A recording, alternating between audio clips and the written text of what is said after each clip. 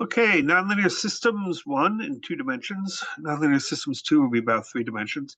So some introduction and definitions. So a system with 2 differential equations and 2 unknowns. Most common way to write it is like this. dx dt is some function of x, y, and t. dy dt is some function of g, y, and t. You can also write it as vector notation. X of t, y of t, that's the solution curve that we're looking for. And then the vector field is, this has its x component and that's its y component.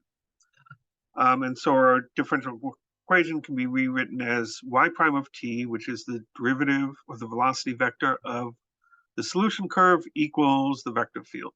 So basically the idea here is, in 2 dimensions, is that we've got the velocity vectors, we want to know what the curve is.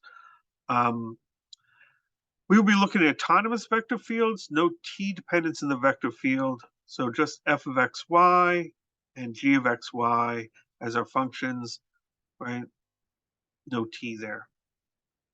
Okay, so the main example for this lecture that we'll return to is this system of equations. dx dt equals this, dy dt equals that. You can write the vector field like this.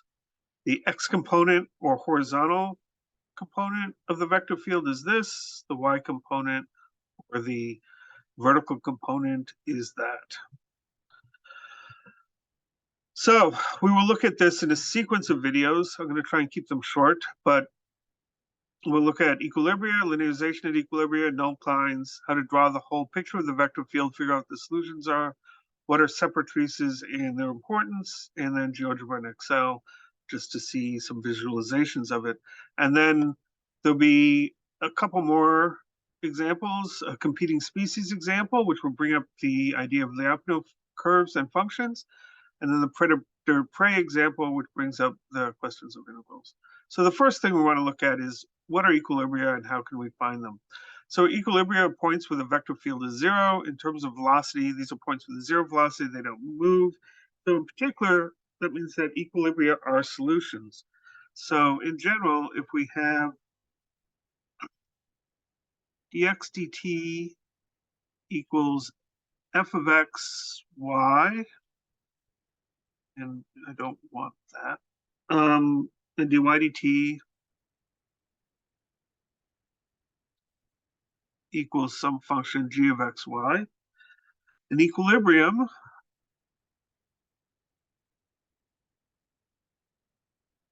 is a point x0, y0 with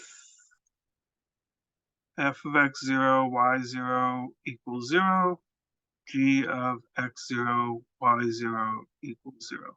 So an equilibrium is a point that makes both those functions, both the components of the vector field, equal to 0 at the same time. So set x of t to be the constant function x0, y of t to be the constant function y0 is, I'll write it like this.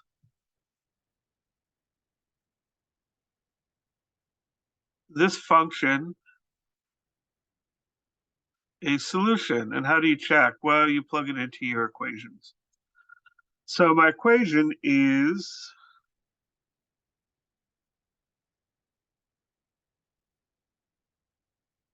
y prime of t equals f of xy. This is the x component of f. This is the y component of f. So this is the vector f of x comma y, t of x comma y. So left-hand side, what's y prime of t? That's the derivative of x of t, but x of t is just x0, y0,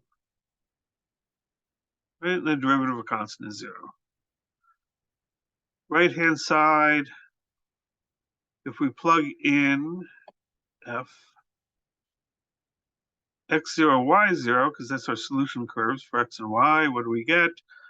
We get f of x0, y0, comma g of x0, y0, and that equals, Oh, I should have written it vertically if I was writing this one vertically.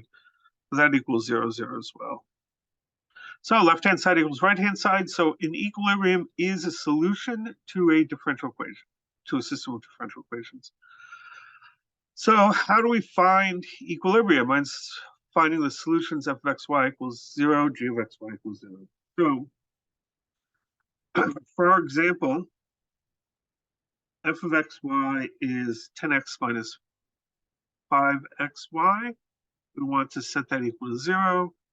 And the y component is 3y plus xy minus 3y squared, and we want to set that equal to 0. So I can rewrite these a little bit. This one becomes, if I factor out of 5x,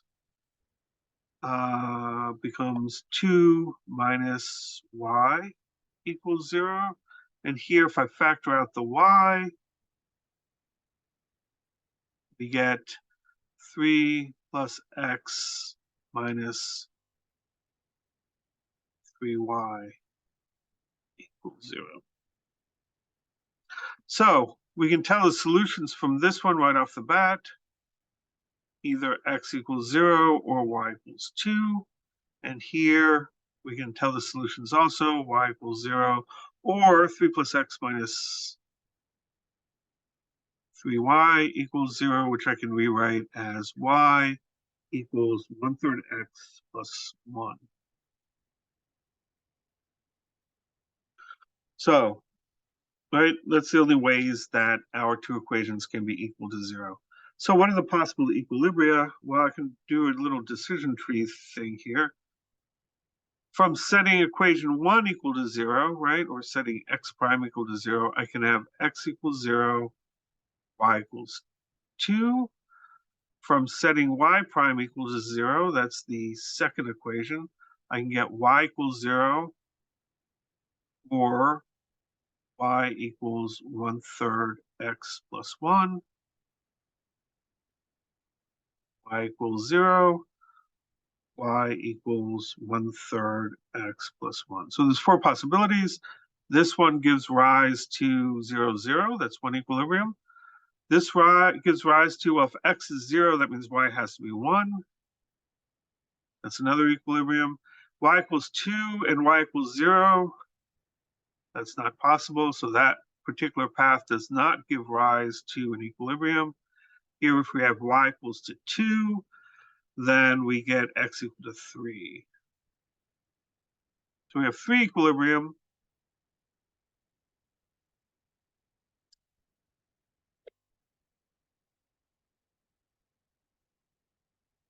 And now I know three solutions to my system of equations. We have one equilibrium there, and remember that that's a solution. And we have one in equilibrium here, and remember that that's also a solution. And then we have one equilibrium out there, and that's also a solution. So here's a picture of the vector field. We're just getting started. That's the three equilibria. And generally, when you solve these sorts of things, you're going to multiplicity of choices. You can sort of do a diagram like this to help you figure out what the equilibria are. So the next short lecture will be how to linearize at these equilibria. Figure out how to